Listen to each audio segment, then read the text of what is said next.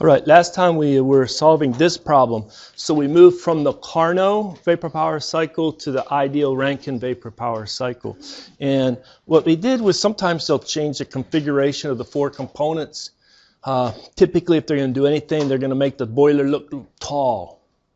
And they're going to put the pump down in the basement. That's where you put pumps. Never put pumps on the roof. Put pumps in the basement, put them low. And then you put a turbine, maybe you make the shape of the turbine look like this if you want to, because it expands as it goes through the turbine in different stages of the turbine. Then the condenser, something like that. But this is essentially the same four components, except what do we have is we coming out for the standard ideal Rankine cycle right here, that saturated vapor. And when we come out of the condenser, saturated liquid. So it condenses all the way.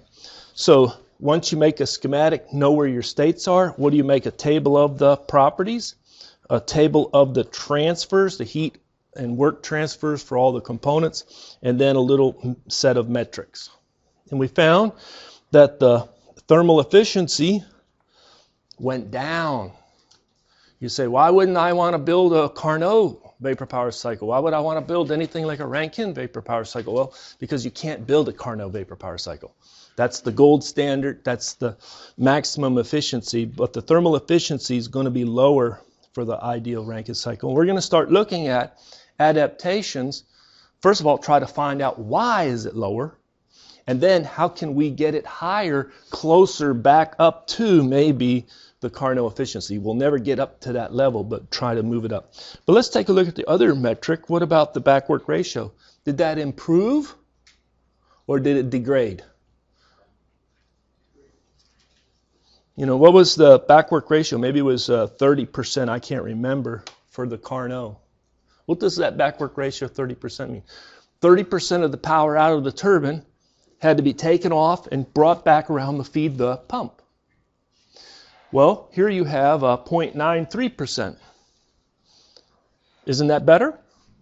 That's better. That's an improvement. So that's good. What about the net work? This is how many kilograms do you have to move to generate how many kilowatts or it's either how many kilojoules that are generated per kilogram of steam going in a loop, or how many kilowatts of net power out per kilogram per second of mass flow rate through the system. Well, you want a lot of power for a low mass flow rate, or a large kilojoule work out per kilogram of steam going in a loop. So this is actually improved. So this is better, this is better, this is worse. We plot this on the TS diagram. I used to not be able to get the software, but the last few years I was able to get the software like RefProp and actually show it to scale, which is kind of rare. To scale, are there 3 states, only 1, 2, and state 3 on this diagram, or are there 4 states on this diagram? And state 4 is so close. And if you look real closely, you can kind of see that this circle looks like it's a little thicker in the thickness of the plot. But actually, it's 2 circles plotted on top of each other, one slightly above the other. And so when we zoom in down here, what we find is state 4 is right there. What is this line at constant pressure? And is it the same as this line of constant pressure? No, one is the condenser pressure, very, very low, like 20 kilopascal. One is the boiler pressure, like 8,000 kilopascal. What is the red line again? It's all the states of saturated liquid that make up the dome. Did the line of constant pressure, 20 kilopascal, just stop here at this point 3, state 3? No, it continued on. And it's actually underneath that red line. You can't really see it. Okay, just like on the other plot, this blue line for 8,000 kilopascal was underneath. It looked like it was underneath the dome, the saturated liquid states. So it was right in there, and it comes up and touches. Now when we plot that by hand, we'll exaggerate the difference between the temperature at 4 and the temperature at 3. But it's one of these, what is the temperature coming in? It's the saturation temperature of the condenser pressure. For our numbers, around 60 degrees C. What's the temperature coming out of the pump? It is not near 300 degrees C, which is the saturation temperature of the boiler. Let me go back and show you these numbers. Nearly 300, just a little bit below 295 degrees C. That's a lot different than essentially 60 degrees C. So what comes out of that pump at state 4 is half, a third, 1 degree C higher than the inlet. You put your hand and try and sense the difference in the temperature of the inlet and outlet of the pump, you won't be able to do it. Also, be very careful. I may talk like that, but any rotating machinery, be very, very cautious of. They usually have shields on the shafts and etc. But be very careful around pumps as well as other devices. Okay, so this is often exaggerated on a TS diagram. Well, here is the comparison. Again, the work net, that's better. How about the back work ratio, 32% down to less than 1%? That's better. But the thermal efficiency, around 35%, that's not as good. It's not as good. The question is, and this is where I left off last time, and I'm going to pause after I ask the question, walk around, see which answer you choose, A, B, C, D, or E. Why is the thermal efficiency of the ideal Rankine cycle lower than the Carnot vapor power cycle? Same condenser pressure, same boiler pressure. Don't change those pressures. Same.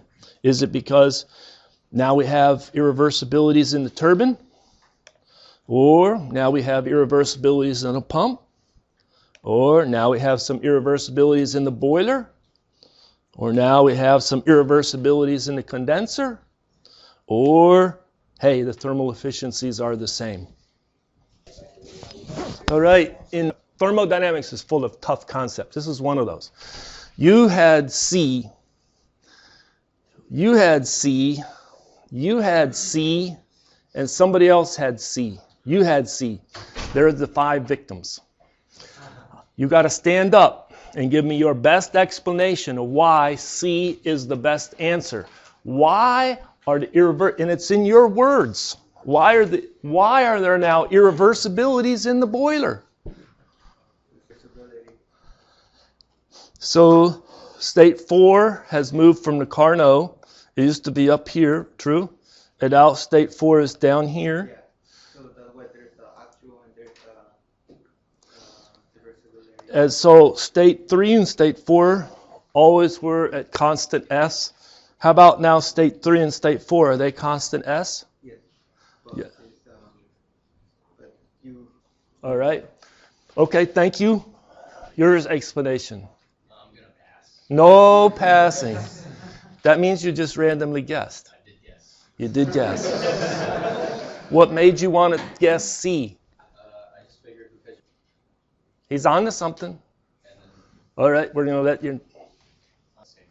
You're accurately describing what's happening, and you're on the right spot for why that's... But you haven't really hit the nail on the head.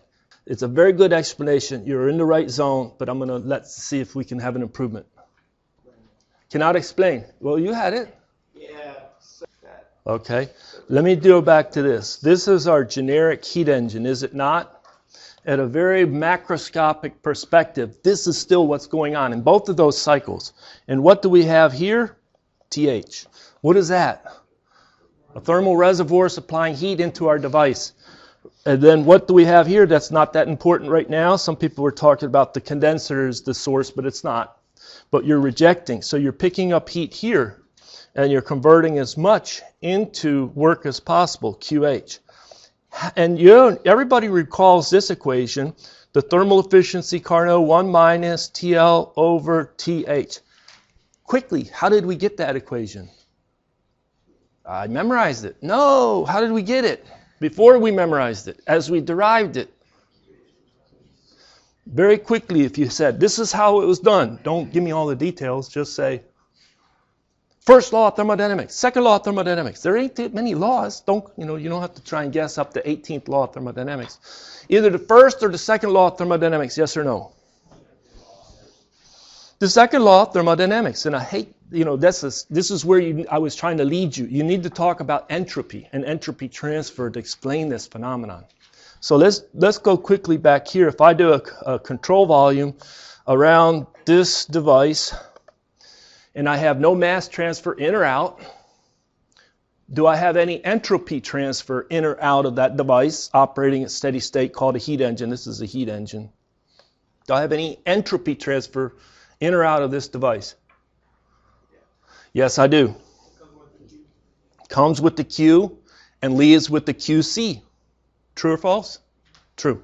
So right here, this is QC going out. So from the first law, we find that the work out, what we really want a lot of, is the difference between the heat in and the heat rejected. That's true. Okay. But what about the second law? The second law says that what comes in, QH divided by TH, is that how much comes in of entropy? Is that our equation for bringing entropy in? Yes or no? Come on now. That's the boundary temperature at which it's coming in, and that boundary right here is cutting. And what is that boundary temperature? TH. Now it's going out. Some of it's, let me do this. This is the in plus how much is generated in a cycle. You could put a dot on all this if you were interested in putting it in terms of rate. Equal to has to go out. Is that how we describe out? Is this a good second law? Thumbs up? Is it a good second law? You're looking like Mount Rushmore, which means I don't know, and so I'm not going to answer. My eyes are not going to give it away. My frown is not going to give it away. My smile is not going to give it away. My thumb is not going to give it away. Do you agree or not agree? The TH is constant for a thermal reservoir. So all of the QH is coming in at TH. And all of the QC is going out at TC or TL, whatever. What did I put? C? I put L there. Oh well. I'm jumping around on subscripts. C for cold. Do you like it now? Do you like it now? Can we combine these? So what we have is we have the thermal efficiency. I'm going to run out of room. Is the work divided by the QH. Let's replace the work by QH minus QC divided by QH. Did I do that using the first law? Okay. And now, let me scroll down. Oh, that's too far. I need to scroll a little bit. And if I want the maximum, what is this going to be? 0 for max. Okay? If that's true, then I can replace the QH. So let's put this. Theta is equal to 1 minus QC. Come on now. 1 minus QC over QH. And then I can replace QC over QH by TC over TH. And there's your maximum thermal efficiency for the Carnot. We used, and this is where a lot of students will forget, we used the second law of thermodynamics. We understood or described entropy transfer. So what's happening here is that I still have to bring heat from a high temperature reservoir. So QH is still coming in, and really it has to come from TH. But as the fluid from this state 4 up to state 1, somebody was talking about, hey, I have to heat this up to become saturated liquid. But after I've got it to saturated liquid, there's no great irreversibilities in the second part of the heating. The great source of irreversibilities is in the first part of the heating, isn't it? It's like I have a pipe bringing in fluid, and the heat is all coming in, but it's very cold right here coming in, and now finally it's hot going out at 2. At the end, state 1. That's a great source of irreversibility. To to bring that problem home, let's solve this problem. A thermal reservoir provides heat into a heat exchanger. Water flows through the heat exchanger, in and out. Water, it's just water. The inlet and exit pressure of the water are the same, 80 bar. Water exits as saturated liquid, it enters as saturated liquid and exits as saturated vapor. The temperature of the thermal reservoir equals the saturation temperature of the water at 80 bar. Calculate the entropy generation in the heat exchanger in units of kilojoule per kilogram Kelvin. First of all, what are they asking me to calculate? They give me the units, but give me the symbol for what I'm asked to calculate. Can you do that?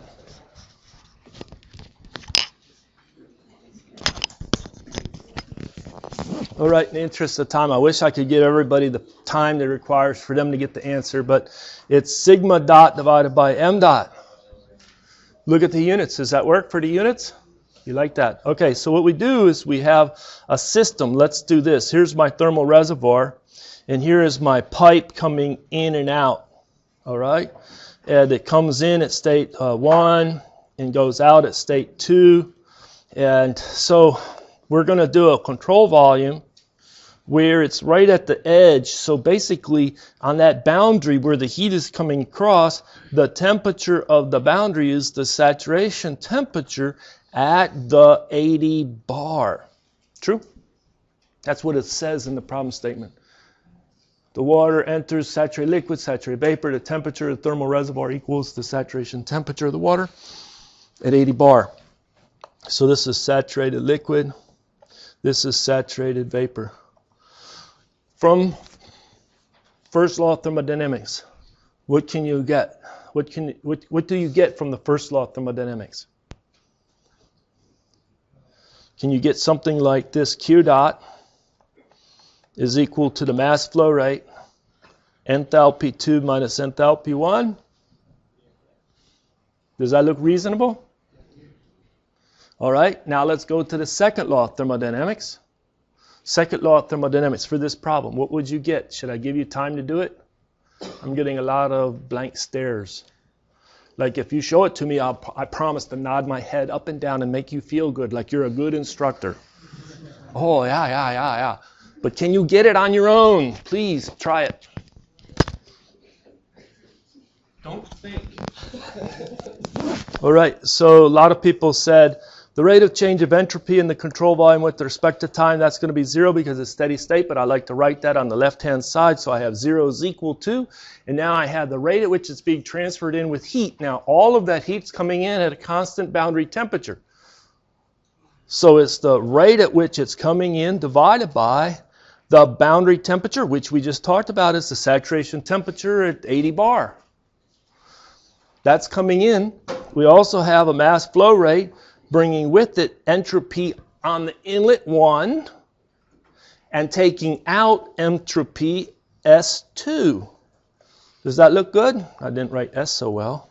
S2. Does that look okay? Plus, we could have an inlet, a generation of entropy due to irreversibilities.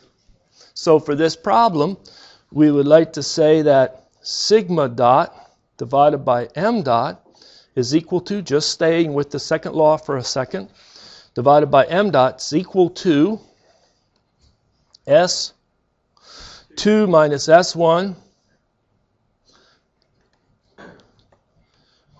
minus Q dot divided by m dot divided by TB. I pause. I think you had the closest to this. Is this what you had? Yeah. All right. So I didn't check any minus signs or anything like that, but does it look good? Yes. Okay, now what do we use from the first law? Q dot over m dot is equal to H2 minus H1. True or false? So now we can eliminate this term, right?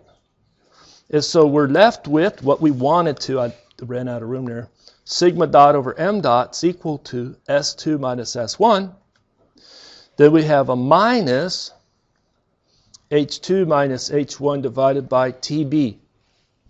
Looks like a bunch of gibberish to me, but you could go to your favorite table. Did I bring my appendix? I didn't bring an appendix. Oh, I did. And you could get those values off of there. Could you or could you not? And so if I did this correctly, for S and the exit, it's 5.7432 minus S on the inlet, 3.2068 minus the change in the enthalpy, it's going to be 1441.3 divided by the temperature, which is 568.25. I'm going to pause. Can you get those numbers? You have appendix? Kim Jong-un. Yeah, he did quite a few. So do we have all of our numbers? Do these look good? If you run a calculator, what does this turn out to be? Because the fluid at this point coming in is saturated liquid at 80 bar. It's getting, the quality is going up until it becomes saturated vapor. Did the fluid ever change temperature? No. But this is the critical point. If you can understand this, we changed the problem ever so slightly. The next page, can you see what's in bold? What does the inlet temperature come in at? Same high pressure, but only 60 degrees C. Isn't that what we have now in our new boiler for our problem? So you just repeat this and you say, hey, this is all the same TH, that all TH is at the same temperature of 568.25 Kelvin. Hey, where did that 568.25 Kelvin? I looked, Professor. I couldn't find it on that table. You said it was in table A3. Where is it? You've got to add 273.15 and you'll get that number. And yes, when we do entropy calculations, keep all your digits. You need like 5 digits on your temperatures, okay? So yes, that's exactly right. But now you're coming in at 60 degrees C, convert that to Kelvin, and then you're going up until finally somewhere, it finally is saturated vapor, and then, saturated liquid, then it goes out saturated vapor. So for quite a while, it's 568.25 Kelvin, but for quite a while, it's less. You repeat this problem. You can do it. You can do this problem, and you can calculate sigma dot for m dot with only this small change. Will not be 0 anymore. It'll be a positive value, and it's about 0.5004 kilojoules per kilogram Kelvin. The magnitude's not important. It's just that it's not 0 anymore. So what's the source of the irreversibility in the new boiler? Why do I have entropy generation in the boiler now?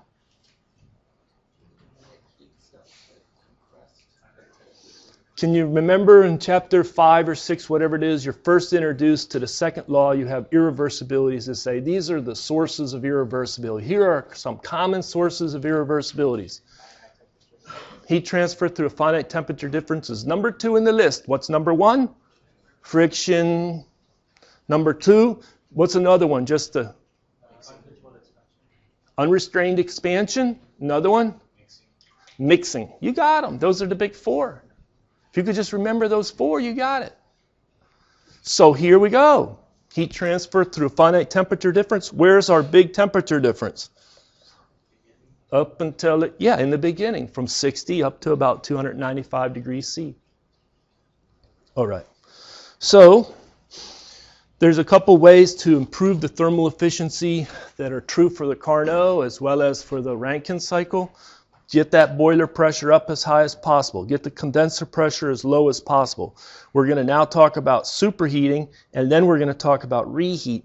Reheat actually attacks some of these things. Superheat, reheat, and actually there's another strategy, regeneration. I forgot to put it on here. Regeneration. I've got a few minutes left. Let's continue to talk. So this is the ideal Rankine cycle. We put it in the pump. We now understand that this delta T to get that water up to this temperature, the boiler temperature of around 295 degrees C for this pressure of 80 bar, is a great source of irreversibility. One, before we move to reducing that source of irreversibility, we stress that bringing in heat into the cycle at high temperature is good. Well, why don't you continue to heat up the working fluid? And what do you just do? Where did we just take the state 1 from saturated vapor out into superheated vapor? So you superheat.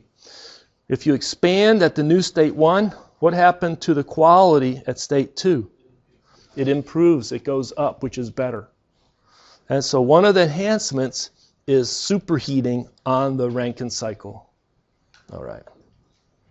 So you can solve this problem. Water is a working fluid, ideal Rankine cycle. It's superheated vapor exits. Instead of 8 megapascal and saturated vapor around 295 C, it goes to 440 degrees C. Same pump, same condenser pressure, just resolve the same parts, A, B, C, D, and E.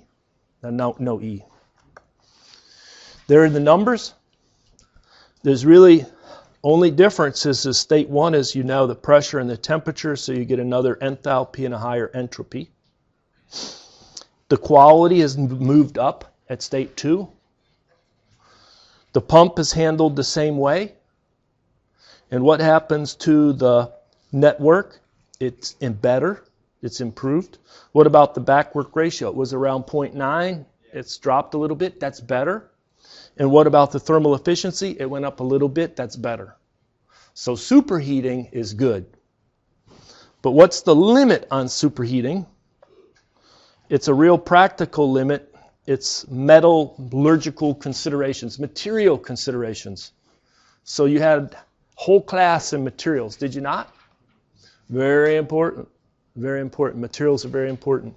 So anyway, if you were limited by this, and you really didn't like this low quality right here, what you could do is the next enhancement, after you superheat it, you could bust it turbine into 2 stages. You could expand in the first stage down to an intermediate pressure, maybe the one that goes right through here, such that this is maybe 1 megapascal or 2 megapascal, somewhere in that vicinity. Then add more heat up till maybe where your metallurgical limits are, and then expand again. And so what we're doing is we continue to just march on and making the cycle more and more complex. What is this right in here? Reheat. You had 2 turbine stages. This is turbine 1, and this is turbine 2 for expansion. And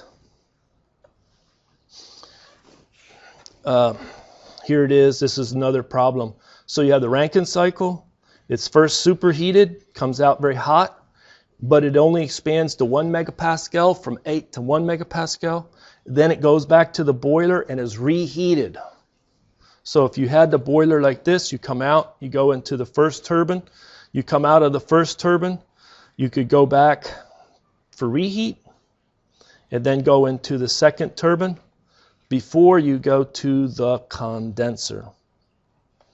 Have you looked ahead at the homework problems that are due for, do we have any superheat? Do we have any reheat? We may, okay. With that, I'm done for today. Thank you for your attention. Read, study.